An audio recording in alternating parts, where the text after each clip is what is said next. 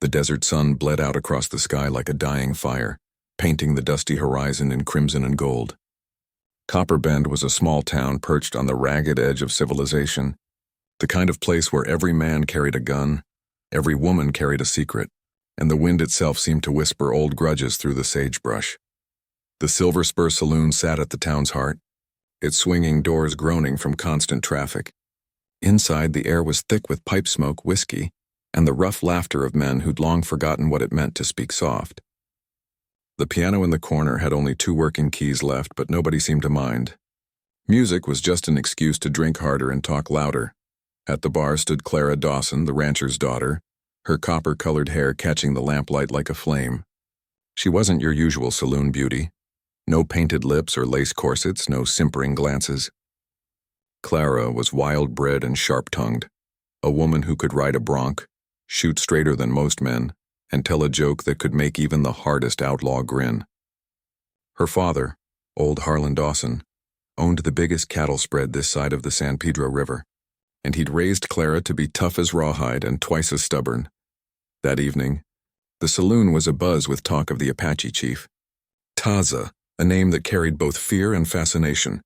Only a month ago, Taza and his warriors had ridden into the outskirts of Copper Bend under a white flag, making peace after years of bloodshed. Folks didn't trust him.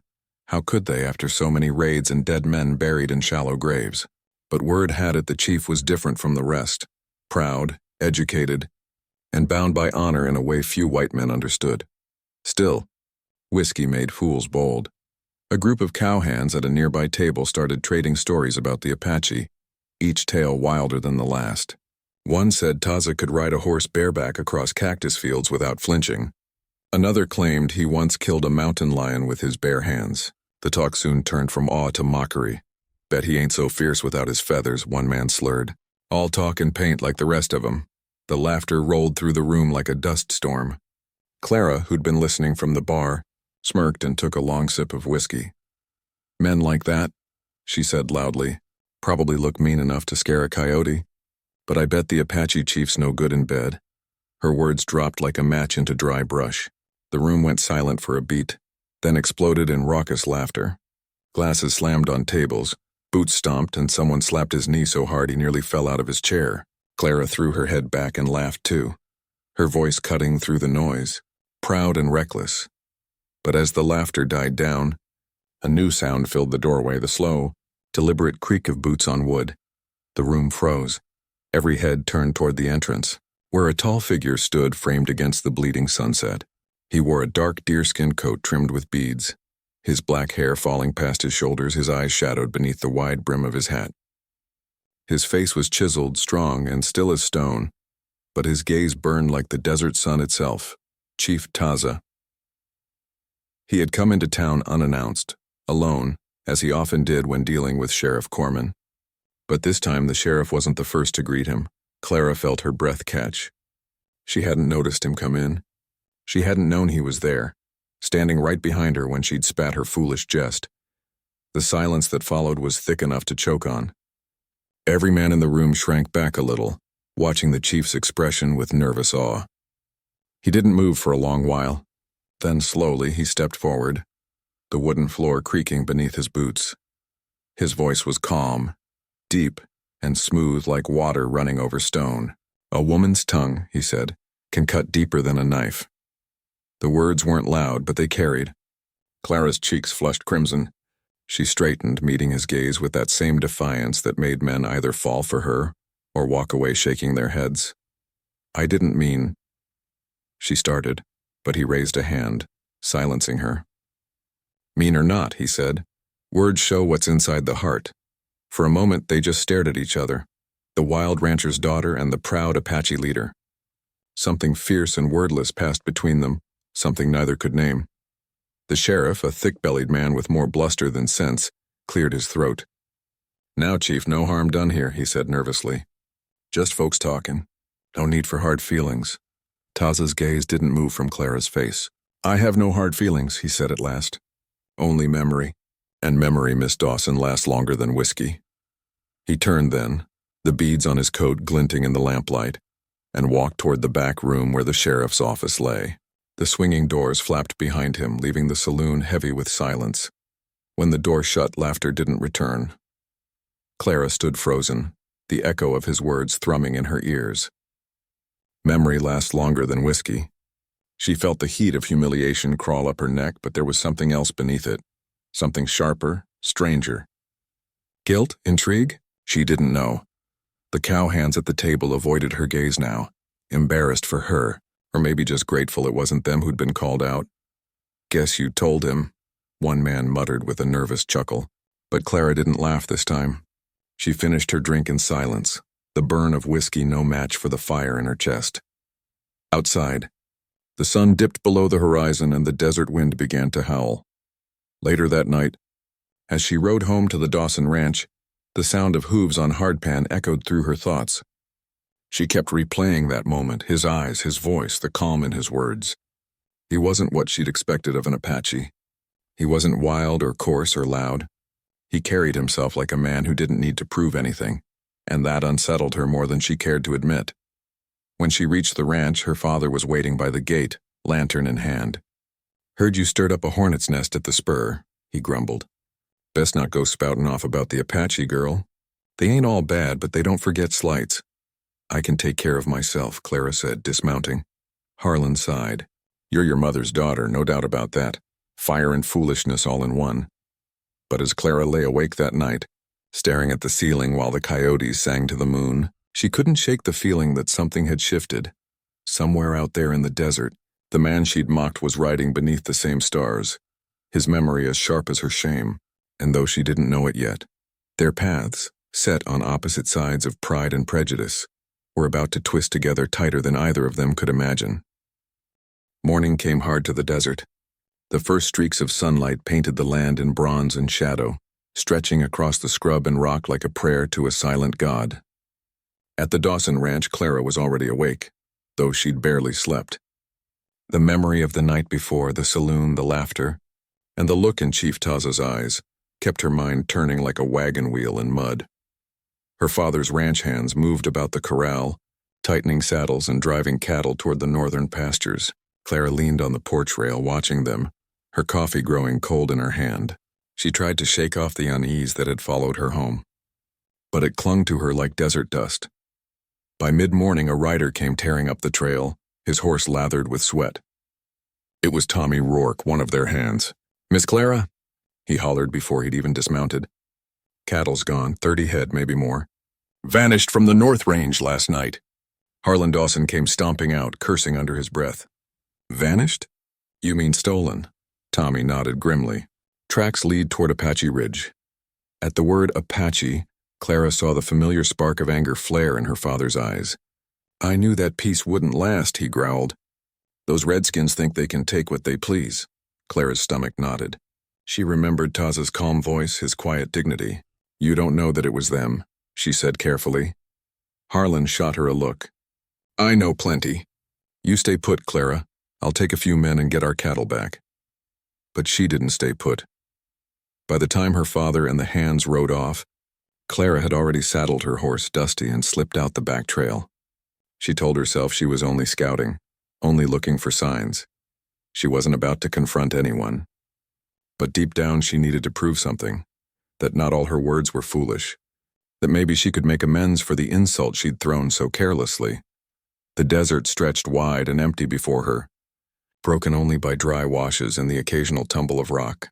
The sun climbed high, blistering and merciless. Hours passed before she found the tracks, hoofprints all right, but not Apache. These were heavier, sloppier, riders who didn't know the land. She followed them east into a ravine where the air grew still and hot as a furnace. That's when she heard them. Voices, rough, laughing, cruel, 3 men by the look of it, gathered around a small fire beside the stolen cattle. White men, outlaws. She recognized one of them instantly. Lyle Bannon, a drifter who'd been kicked out of Copper Bend for cheating at cards. "Well, I'll be damned," Bannon sneered when he spotted her. "If it ain't Miss Dawson herself. Out here alone? You must be braver or stupider than I thought." Clara drew her revolver, but he was faster. A shot cracked the air, grazing her arm and knocking the gun from her grip. Dusty reared, and Clara tumbled to the ground, the breath knocked clean out of her. The outlaws closed in, grinning like coyotes. Bannon crouched beside her, his smile full of rot. Pretty thing like you oughtn't wander where the menfolk play. But before he could lay a hand on her, a sharp whistle cut through the ravine. From the ridgeline above, 3 horses appeared, dark shapes against the burning sky. Arrows hissed through the air, finding their marks with deadly precision. One outlaw fell instantly, the other fled screaming into the rocks. And then he was there, Taza, his hair whipping in the wind, his bow drawn, his face carved from anger and authority. He rode down the slope with the grace of a hawk diving for prey, dismounted in one fluid motion and strode to her side. "Are you hurt?" he asked, his voice low but fierce. Clara blinked up at him, stunned. Blood trickled from the scrape on her arm, her heart pounding hard enough to drown out her fear. "Just a scratch," she said, though her hands trembled. Taza knelt, examining the wound with surprising gentleness. His fingers brushed her skin, calloused yet careful.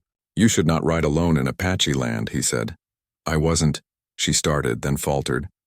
She had been foolish, and they both knew it. "I came looking for the cattle. I thought," she bit her lip, "I thought your people might have taken them." Taza's dark eyes lifted to hers, steady and unreadable.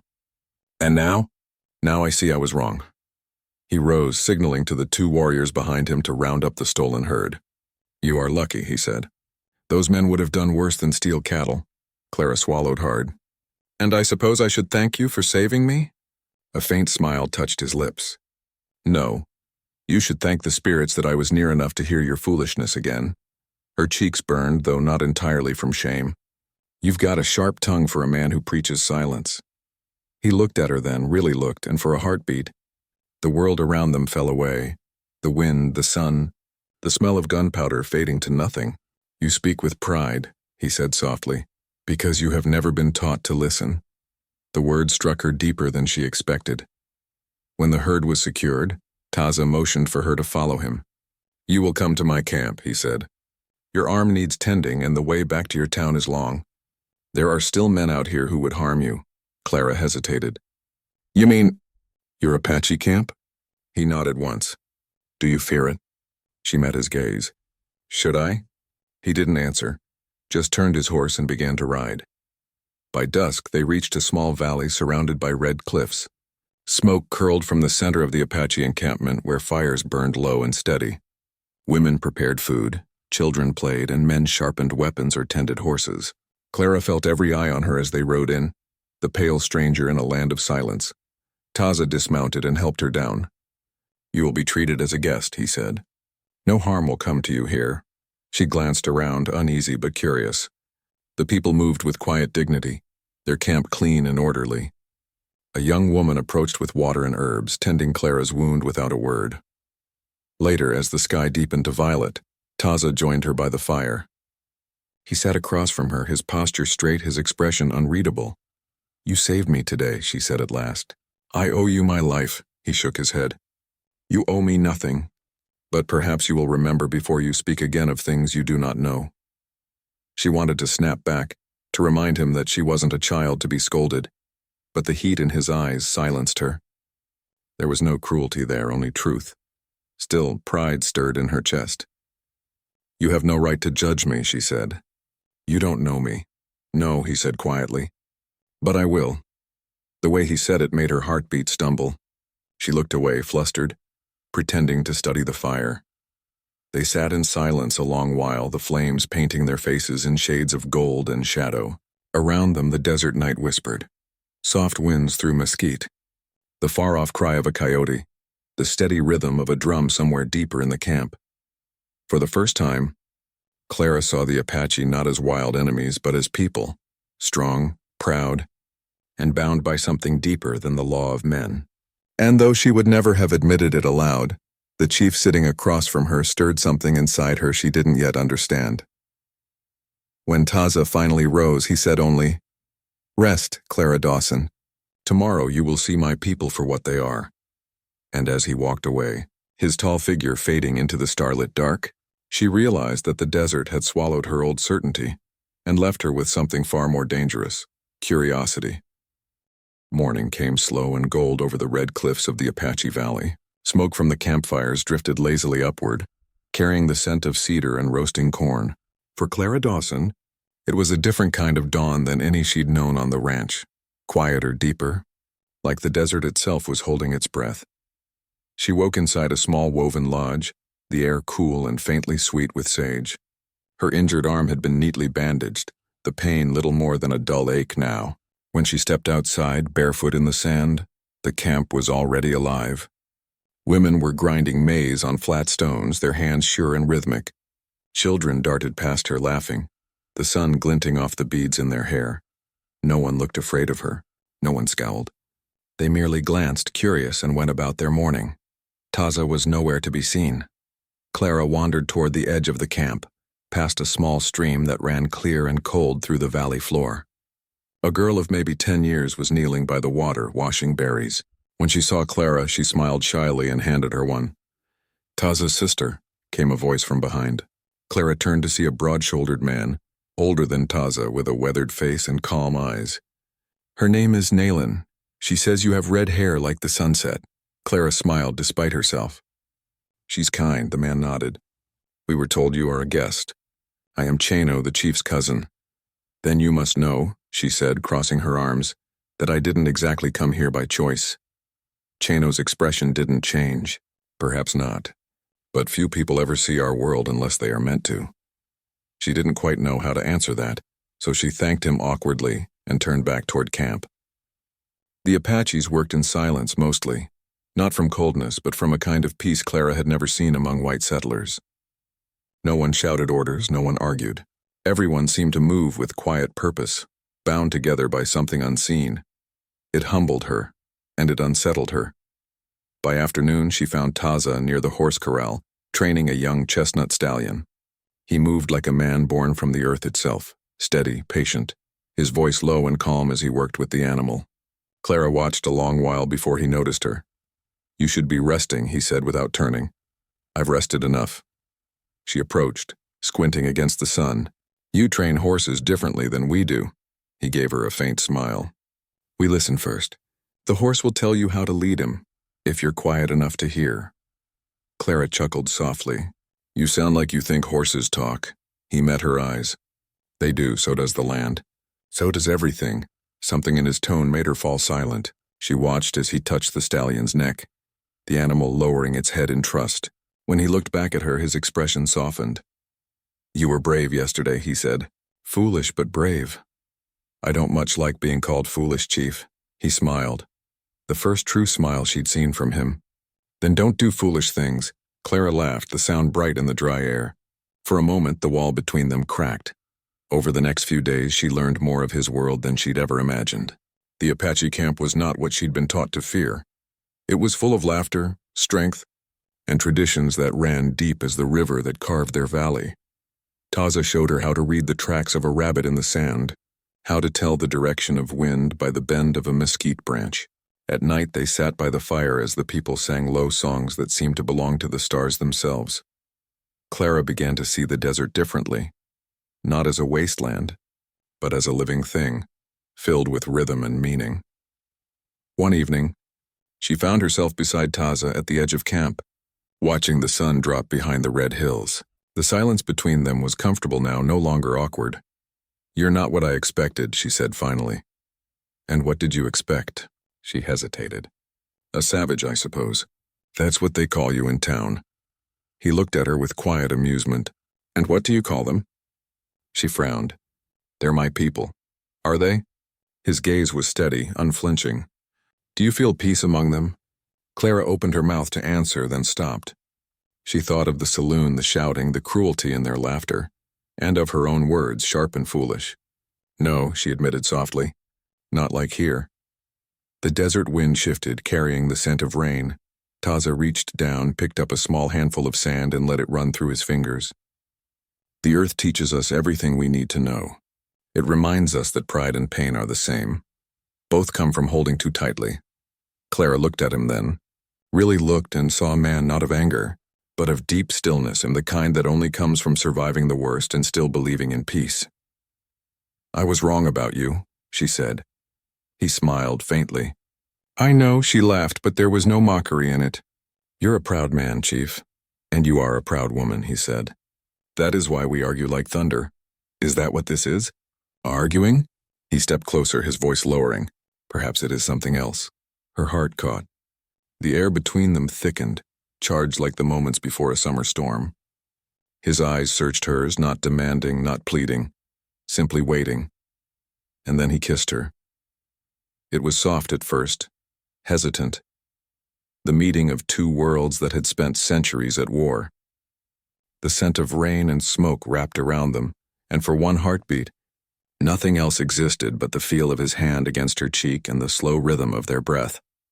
When he pulled away, she felt dizzy, unsure whether to speak or flee. Taza, she whispered. He shook his head gently. You do not have to say anything, but she did. That was wrong. Was it? She searched his face, looking for arrogance, but there was none. Only quiet certainty. You're Apache. I'm white, he finished. The sky is blue and the earth is red. They touch at the horizon. Do they not? She couldn't answer. That night, Clara lay awake in the lodge, her thoughts tangled like tumbleweed. She had come into this camp hating what she didn't understand. And now she couldn't stop thinking about the man who had shown her gentleness in a place she'd been taught to fear. When dawn came, she found herself walking to the edge of the cliffs. The sun rose blood red, lighting the valley in a blaze of color. And in that moment she knew the world she'd grown up in, full of fences and gossip and narrow minds, would never fit her again. Still, her heart ached. Because the peace she'd found here could not last.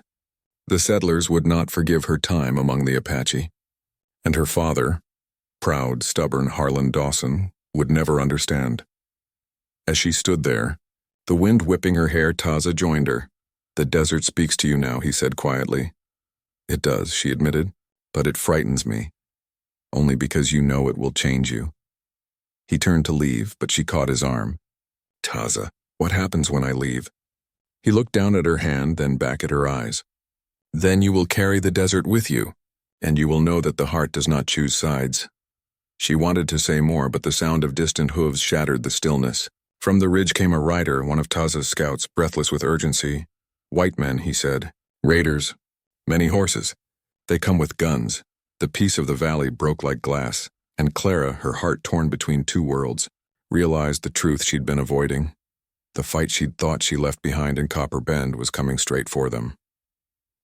The Apache Valley, once quiet and golden, now thrummed with tension. The moment the scouts' warning reached camp, every man, woman, and child moved with the swift order of people who had faced death before. Fires were doused. Horses were gathered. Weapons, bows, rifles, and lances were prepared in silence. Clara Dawson stood near Taza's lodge, her heart hammering as the Apache warriors readied themselves for battle. She'd never seen war in the making, not like this. It wasn't chaos. It was purpose. Every motion had meaning. The women moved the children toward the caves along the far ridge, their faces calm but pale. Taza barked short, quiet orders in Apache. He was all authority now, the calm in the storm. His voice, low and commanding, carried strength that made even fear step aside. Clara watched him, torn between awe and dread. How many are coming? She asked. 20, maybe more, said Chano grimly, checking the cylinder of his revolver. White men by the tracks, raiders, they want blood or cattle or both. Clara's stomach twisted. She knew who they were. The same outlaws who had attacked her days ago. If the town wouldn't believe the Apache innocent, they'd simply make them guilty. I have to warn Copper Bend, she said, turning toward her horse. If I can reach the sheriff, Taza caught her arm, his grip firm but not cruel. You will not go. You can't keep me here, she said, jerking away. If they attack, people will die, your people.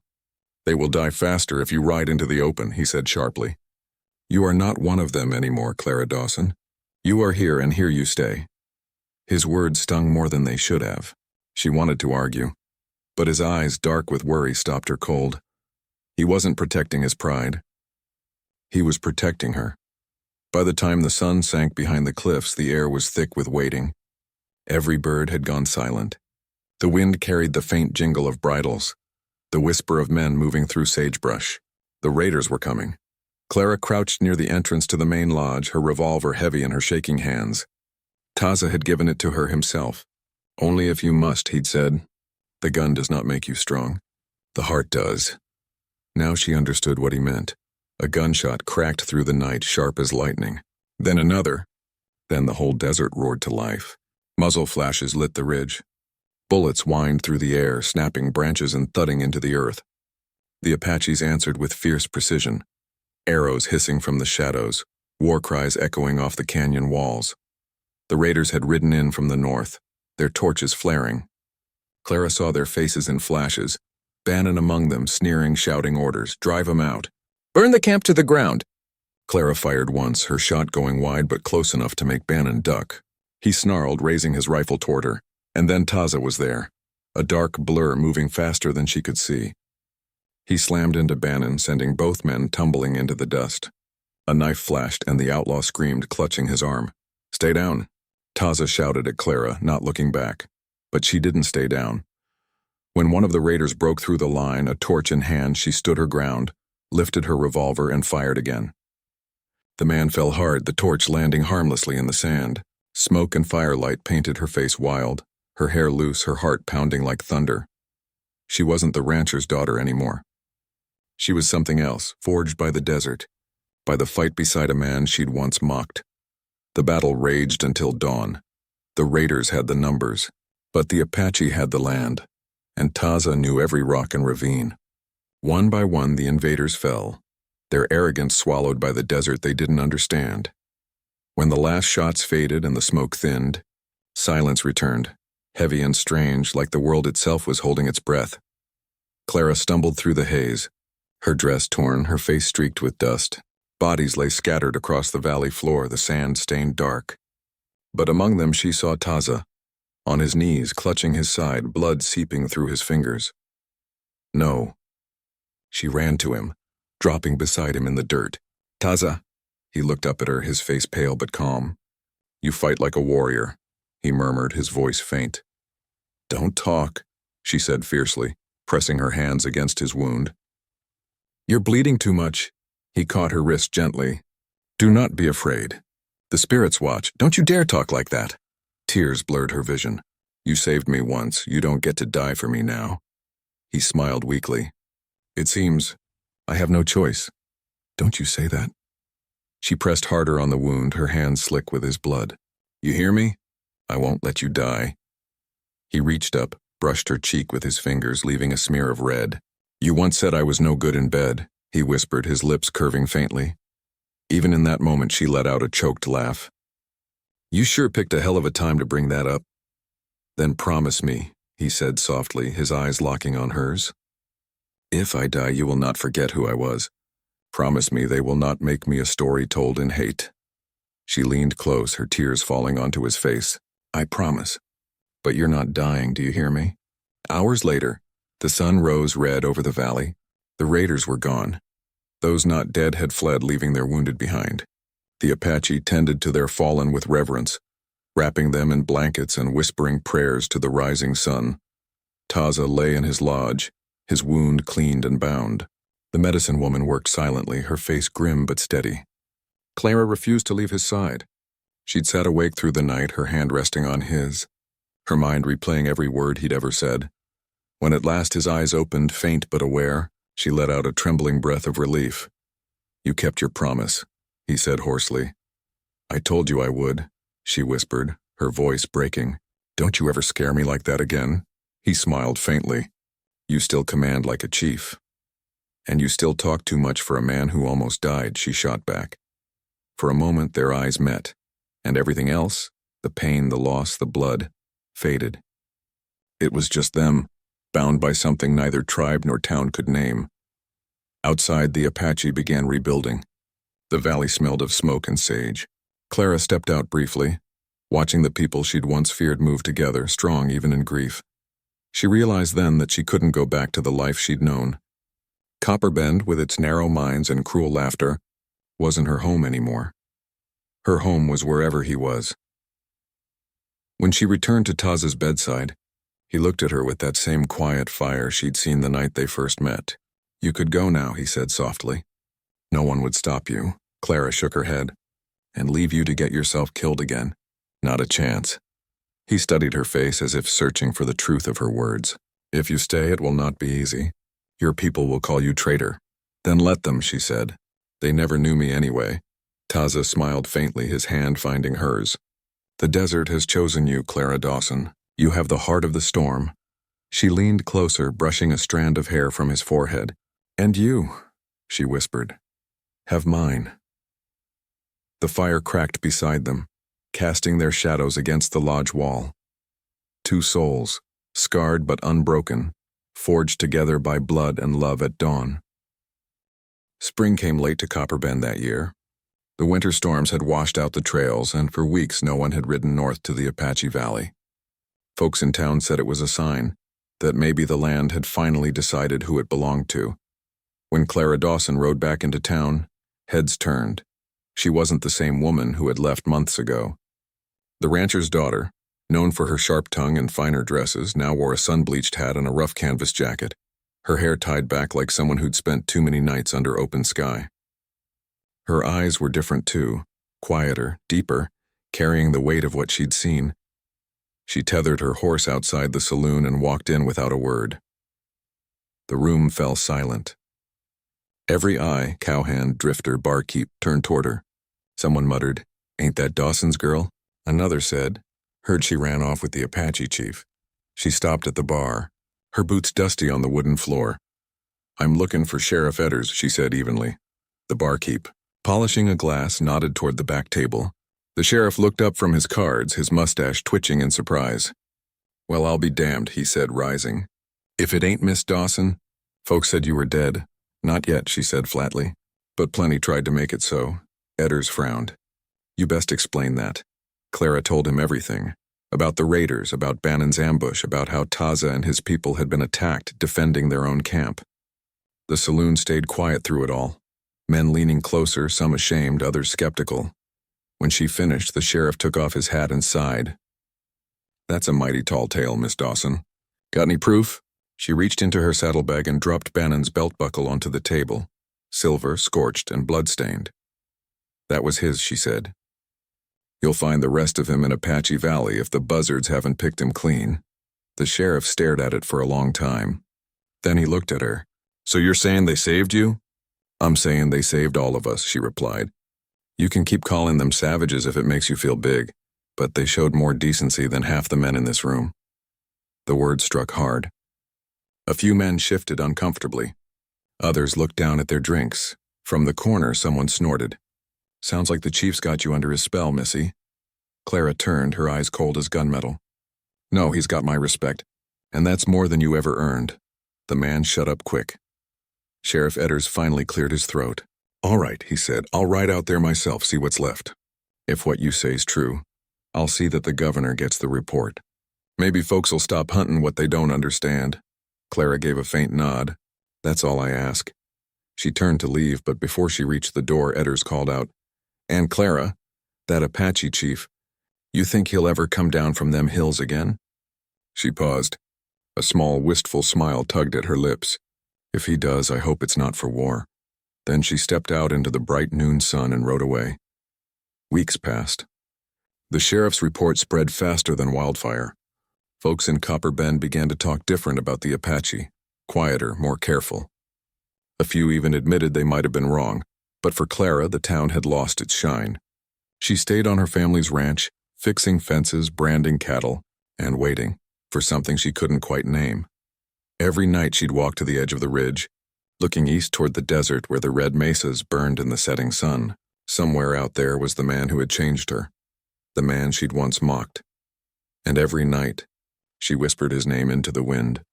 Then one evening in late May, she heard hooves. At first she thought it was a stray rider, maybe one of her ranch hands returning late. But the rhythm of the gait, steady, deliberate, made her heart leap.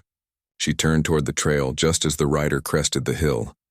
He rode without hurry, his black hair brushing his shoulders, the feathers in his braid catching the light. His face was the same, proud, scarred, and calm, but his eyes softened when they met hers. "Taza," she breathed. He dismounted, walking toward her, his steps slow and sure. "You came back," he said simply. "You're a hard man to forget," she replied, smiling despite the tears that threatened. The sheriff rode out, you know. Told everyone the truth, I heard, Taza said. The white men have left our valley. For now, she echoed softly. That's as good as peace gets in this country. He nodded. The desert remembers. So do we. They stood there for a long moment, the wind tugging at her hair, the scent of sage thick in the air. Finally she asked, Why'd you come, Taza? He looked at her then, long and deep, like he was seeing through time itself. Because I heard you laugh, he said. She frowned. My laugh? He smiled faintly. When I lay in my lodge, half between worlds, I heard you laugh. I told myself if I ever heard that sound again, I would follow it. Even if it led me to the edge of the earth. Her breath caught. You fool, she whispered, tears spilling freely now. You came all this way for a laugh? Yes, he said, stepping closer. Because your laugh means you are alive. And that is all the world to me. She let out a shaky chuckle, half sob, half joy, and shook her head. You never change, do you? He reached out, his hand brushing her cheek, rough and gentle all at once. I changed the day I met you. They sat together on the porch as the sun went down, painting the land in fire and gold. She told him about the ranch, about how folks had started to see things different, about how she wasn't sure where she belonged anymore. Taza listened, quiet as always, and when she finished, he said, You belong where your heart is not afraid. She looked out toward the open horizon. Then I guess that's with you. He smiled, that rare, quiet smile that reached his eyes. The mountains will welcome you, Clara Dawson. The people, too. You fought for us. I fought for what's right, she said softly. And for you. The stars began to appear one by one over the desert. The night wrapped them in stillness. Then Clara laughed, a bright, unguarded sound that broke the silence like the first rain after drought. Taza tilted his head, smiling. That laugh, he said. It's the same one I heard in the wind. She laughed again, through tears this time. And you came all this way just to hear it again? He nodded once. I would cross 1,000 deserts for it.